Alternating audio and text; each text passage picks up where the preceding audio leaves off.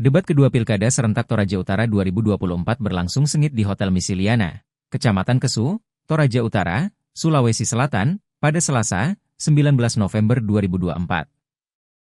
Pasangan calon nomor urut 1, Yohanis Basang, Ombas, Martin Rantet Tondok, hadir dengan setelan jas hitam dan kemeja putih. Sementara itu, paslon nomor urut 2, Frederick Victor Palimbong Andrew Branch Silambi, mengenakan baju batik dengan motif khas Toraja. Meski pengamanan ketat dilakukan oleh Satpol PP, Polres Toraja Utara, dan Kodim 1414 Tanah Toraja, jumlah tim pendukung yang hadir dalam debat kali ini tidak terlalu banyak. Acara debat berjalan dengan tertib dan lancar.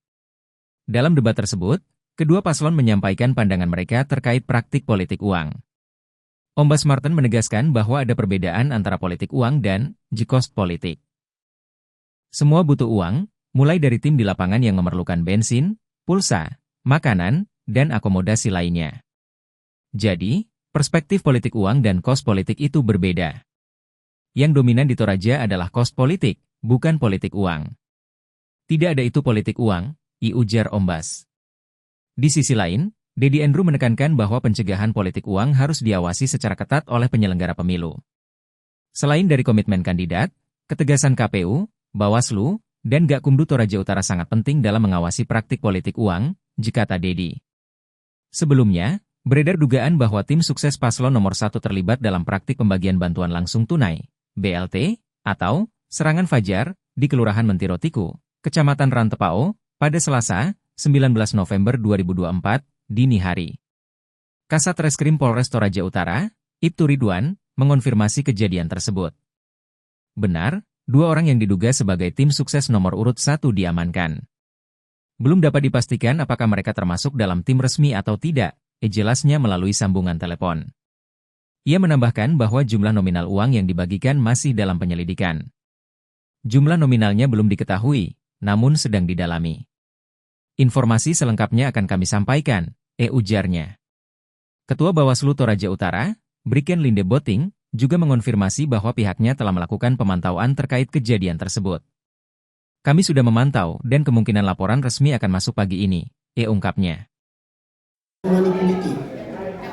Ya, mari juga kita bijak melihat bahwa ada kan kami paslon 1 dan paslon 2 ini kan butuh orang untuk membantu kami mensosialisasikan program-program kami. Ya tentu tim relawan kan butuh juga namanya kos politik untuk bensin, honor tim. Mana ada orang pergi tinggalkan pekerjaan untuk membantu kami mensosialisasikan visi misi kami kalau tidak dikasih namanya operasional tim. Ya, tentu itu juga dibutuh. Ya, saya pikir bapak-bapak juga ini dari media butuh juga itu untuk ya mensosialisasikan kami punya program. Adakah yang gratis untuk kami punya program mau di-share? Ada? Ya, tidak dijawab juga. Tidak ada.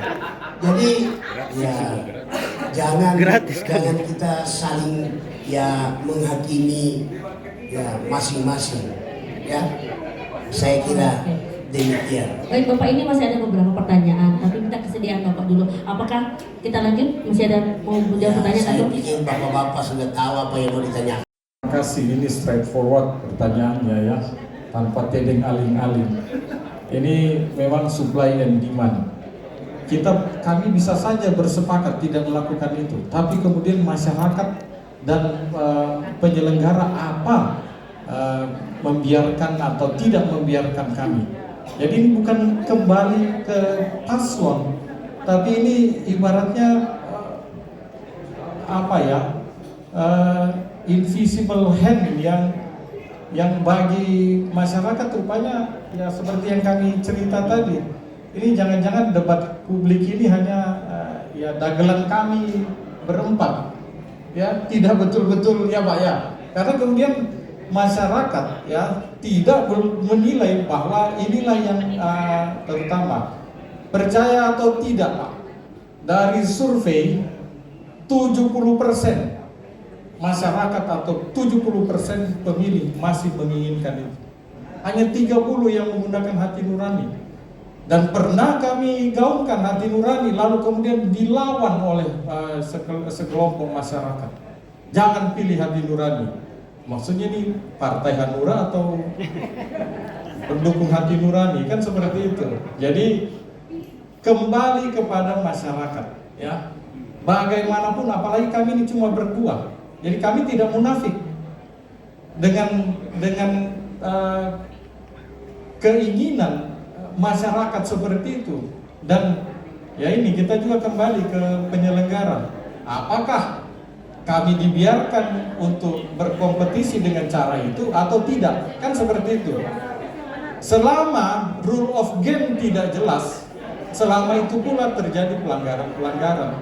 Jadi kembali lagi penegakan aturan dan kembali ke masyarakat.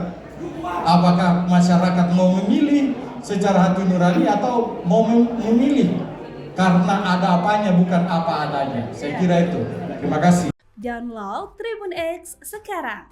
Menghadirkan lokal menjadi Indonesia.